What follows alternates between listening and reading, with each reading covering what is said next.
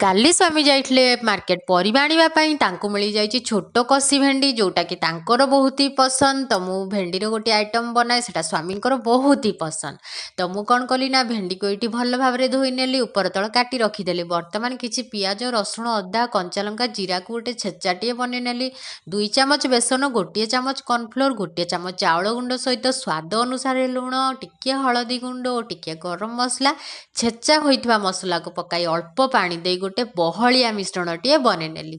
बर्तमान कड़ाई रे तेल देला परे तेल गरम होला परे भेंडी को से मिश्रण रे बुड़े गोटे गोटे करी पकईदेली। आपण कन्फ्यूज होइजिबे एटा भेंडी चॉप ना लंका चॉप, कारण दुईटा जाक लंबा दिसे।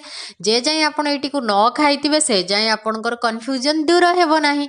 तो प्रस्तुत हो गला, आमे तो खाइलु। जदि आपनको एटा भल लागिछि आपण भी निहाती घरे एटी को ट्राई करंतु। हाँ, जीवा पूर्व मो चैनल टी को सब्सक्राइब कर दे जांतु।